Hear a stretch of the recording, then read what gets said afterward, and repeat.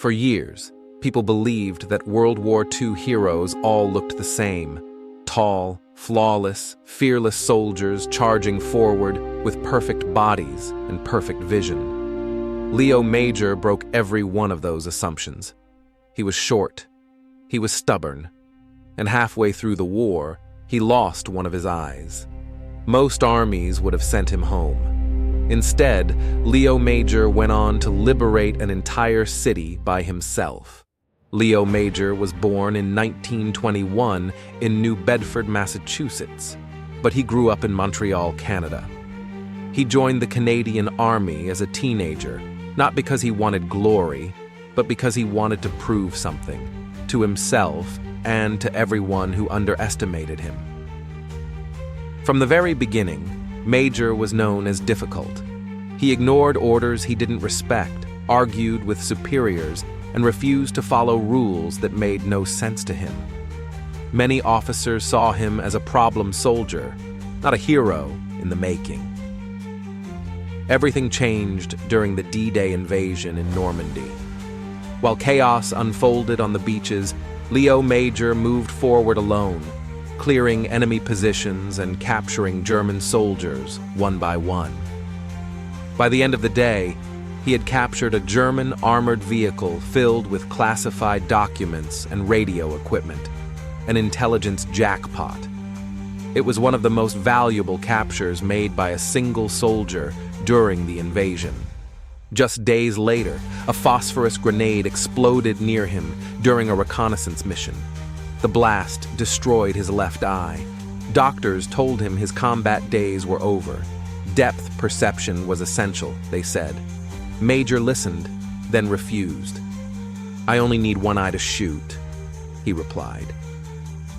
Against all logic and expectation, he returned to the front line. By 1945, the war in Europe was nearing its end, but fighting was still brutal. The Allies were pushing through the Netherlands, where German forces continued to resist. The city of Zwolle was heavily occupied, and Allied commanders planned a large artillery bombardment to clear it. Thousands of civilians would likely die in the process. Leo Major volunteered for a reconnaissance mission to assess enemy strength. He went in with one other soldier. That soldier was killed almost immediately. At that moment, Major had a choice: retreat and report back, or continue alone into a city full of enemy troops. He chose the second option. What followed sounds like fiction, but it is carefully documented history. Leo Major spent the entire night moving through Zwolle alone.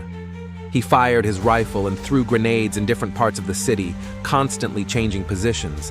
He set buildings on fire, destroyed German vehicles, and captured small groups of soldiers, marching them to Allied lines before returning to the city again.